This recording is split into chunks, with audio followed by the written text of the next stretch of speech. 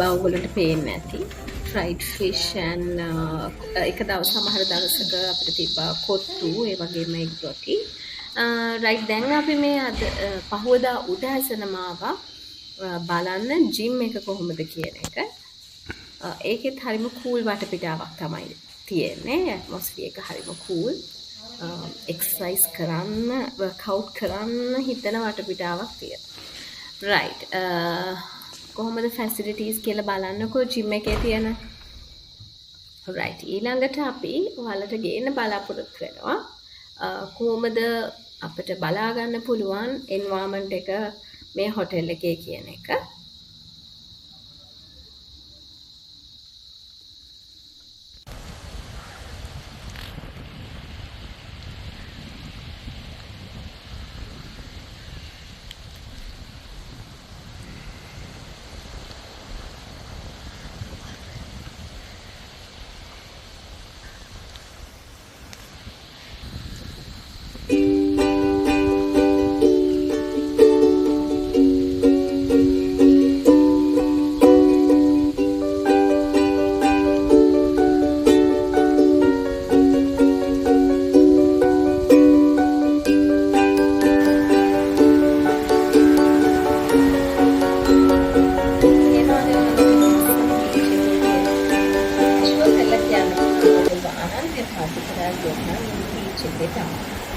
ඉතින් මේ වීඩියෝ එකෙන් අද සම්බන්ධ බලාපොරොත්තු වෙනවා මේ වගේම තවත් වීඩියෝ එකකින් ඔයාලම හමු වෙන බලාපොරොත්තු වෙනවා ඉතින් සබස්ක්‍රයිබ් කරන්න අපේ channel එක රැඳිගෙන අපිත් එක්ක මේ වගේ travel videos බලන්න.